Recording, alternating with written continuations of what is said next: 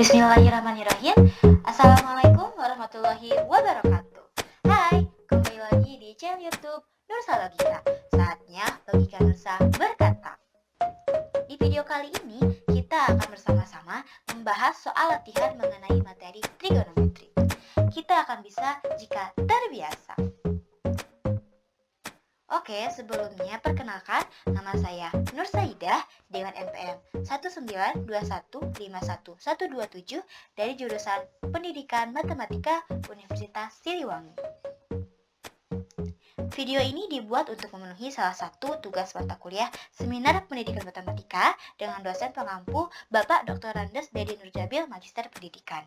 Langsung saja kita ke latihan soal. Soal ke-8.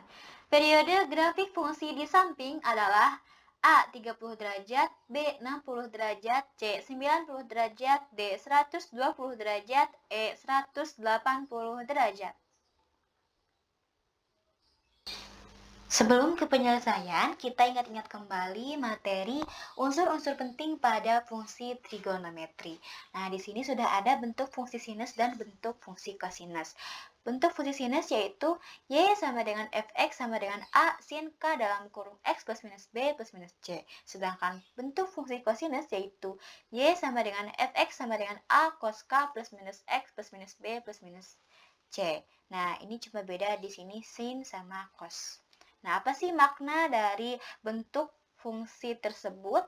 Dari bentuk fungsi tersebut, kita dapat mengetahui nilai maksimum, nilai minimum, nilai K, periode, nilai amplitude, dan lain sebagainya. Kita bahas satu persatu. Untuk nilai maksimum dapat diketahui dari mutlak A ditambah C. Sedangkan nilai minimum dapat diketahui dari negatif mutlak A ditambah C. Nah, untuk nilai K sama dengan 360 derajat dibagi periode atau sama dengan 2V dibagi periodenya. 2V itu sama dengan 360 derajat ya.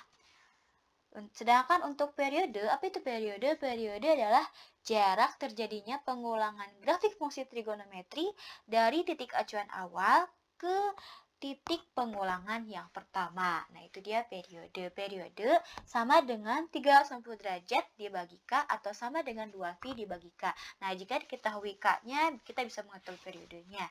Atau jika diketahui periodenya, kita bisa mengetahui nilai K-nya. Selain itu, kita juga bisa mengetahui amplitudo atau simpangan terjauhnya.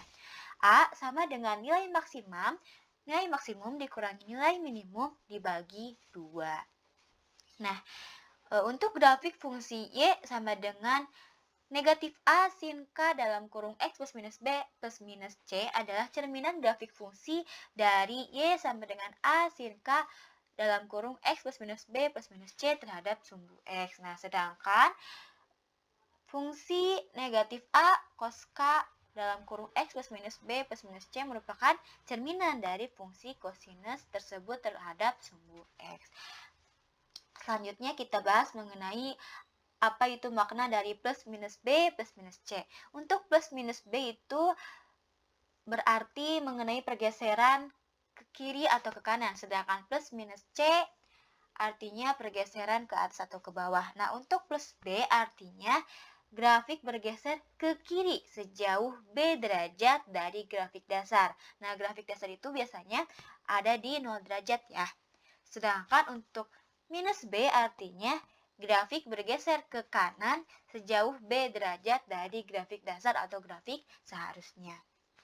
Nah, untuk plus C artinya grafik bergeser ke atas sejauh C dari grafik dasar. Sedangkan minus C artinya grafik bergeser ke bawah sejauh C dari grafik dasar. Nah, itu dia materi mengenai unsur-unsur penting pada fungsi trigonometri.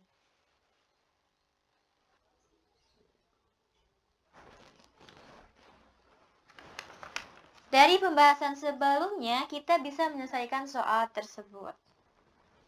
Periode grafik fungsi di samping ini adalah jarak terjadinya pengulangan grafik fungsi trigonometri dari titik acuan awal ke titik pengulangan yang pertama. Nah, jadi titik awalnya itu misalkan ini. Dari sini ke titik pengulangan yang pertama. Nah, ini kan belum berulang. Hup. Nah, kalau di sini tuh berulang kembali sama grafiknya. Jadi, periode dari grafik fungsi tersebut adalah berapa? 2V per 3. Nah, 2V per 3 itu sama juga dengan 120 derajat. Jadi, periode grafik fungsi di samping ini adalah D, 120 derajat. Sekian yang dapat Nursa sampaikan, semoga bermanfaat. Mohon maaf atas segala kekurangan. Terima kasih sudah memperhatikan dengan baik. Jangan lupa like and subscribe. Wassalamualaikum warahmatullahi wabarakatuh.